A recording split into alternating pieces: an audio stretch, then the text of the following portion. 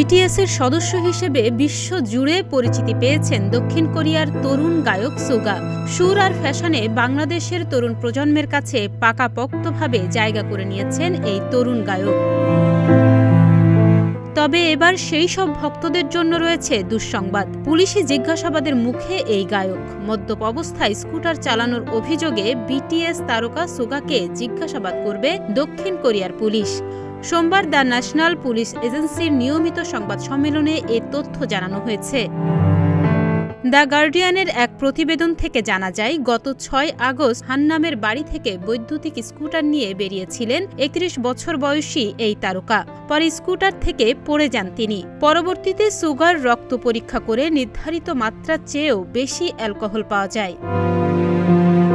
দক্ষিণ কোরিয়ার আইন অনুযায়ী কারো রক্তে 0.08% কিংবা এর চেয়ে বেশি অ্যালকোহল পাওয়া গেলে ড্রাইভিং লাইসেন্স বাতিল করা হয়, যার ফলে ইয়ংসন পুলিশ স্টেশনে ট্রাফিক আইন লঙ্ঘনের অভিযোগে সুগার বিরুদ্ধে মামলা হয়েছে। ন্যাশনাল পুলিশ এজেন্সি জানিয়েছে, একটি তদন্তকারী দল সুগাকে জিজ্ঞাসাবাদের জন্য একটি দিনক্ষণ নির্ধারণের কাজ করছেন। বিষয়টি সপ্তাহখানেকের মধ্যেই চূড়ান্ত হবে।